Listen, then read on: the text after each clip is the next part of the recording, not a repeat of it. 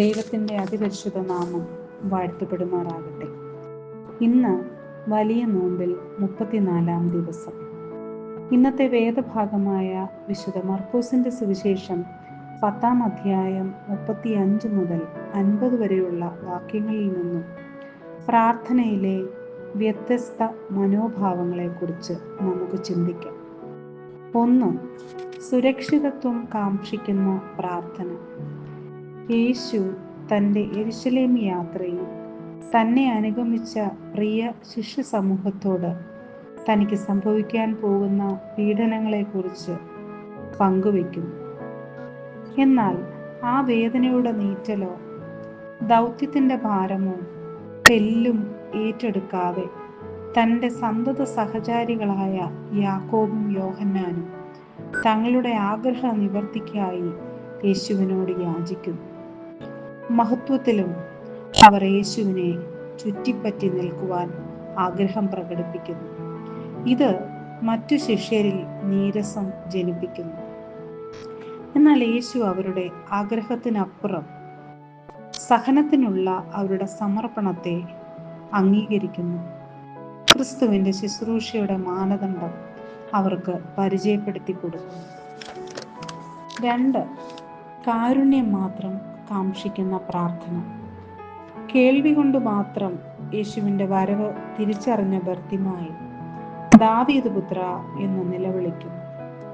ശാരീരിക ദർശനമില്ലാത്തവൻ്റെ കാരുണ്യത്തിനു വേണ്ടിയുള്ള നിരന്തരമായ നിലവിളി പലരുടെയും ശാസനകൾക്ക് മുകളിലെത്തിയിരുന്നു.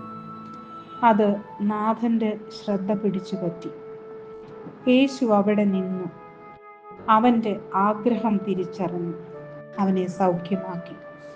കാഴ്ച പ്രാപിച്ച ബർത്തിമായി യേശുവിൻ്റെ യെരുശലേം യാത്രയിൽ അവനെ അനുഗമിക്കുന്നു. യേശുവിൻ്റെ യാത്രയിൽ പ്രാർത്ഥനാപേക്ഷകളുമായി വന്ന 2 കൂട്ടരെ നാം പരിചയപ്പെട്ടു. 2 പേരോടും യേശു ഒരേ ചോദ്യമാണ് ചോദിച്ചത്. കൂടെ തന്നെ ഉണ്ടായിരുന്ന ശിഷ്യരും വഴിയരികിൽ ഇരുന്ന അന്ധനും ഒരുപോലെ യേശുവിൻ്റെ സ്പർശനം സൗഖ്യം നൽകി.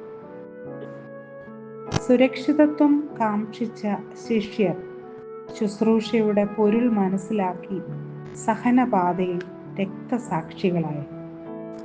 കാരുണ്യം മാത്രം യാചിച്ച ബർത്തിമായി കാഴ്ച പ്രാപിച്ച് സുരക്ഷിതത്വങ്ങളെ വലിച്ചെറിഞ്ഞ് സഹനപാതയിൽ യേശുവിനെ അനുഗമിക്കുന്നു.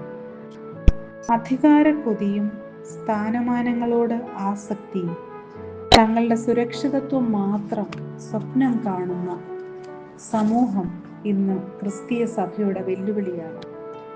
നമുക്ക് കാരുണ്യത്തിനു വേണ്ടി നിരന്തരം മുറവിളി കൂട്ടുന്നവരെ ശ്രദ്ധിക്കാം.